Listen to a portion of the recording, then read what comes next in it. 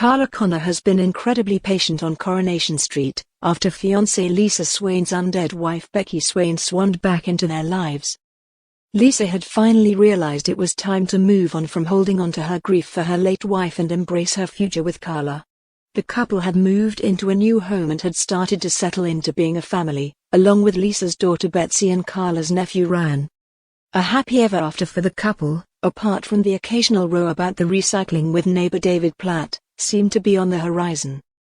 And then in walked Becky Swain, Lisa's not-so-dead wife. There'd always been a mystery around her death which Lisa had tried to get to the bottom of. Also a police officer, she was being investigated for corruption, and died in a hit-and-run while chasing a suspect.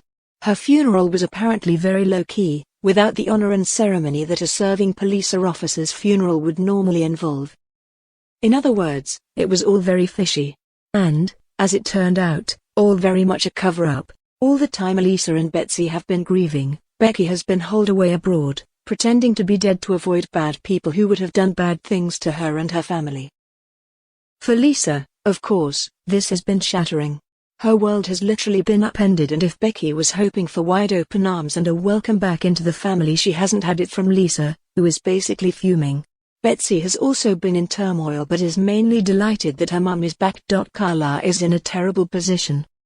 Knowing how deeply Lisa loved Becky when they were together and how much she grieved for her, suddenly having her back in their lives has been unsettling, to say the least. Carla wants to hope her place in Lisa's heart and future is safe, but with Becky back she can't avoid feeling insecure. In upcoming episodes, Betsy invites Becky for lunch and Carla tries to put a brave face on it for Betsy's sake.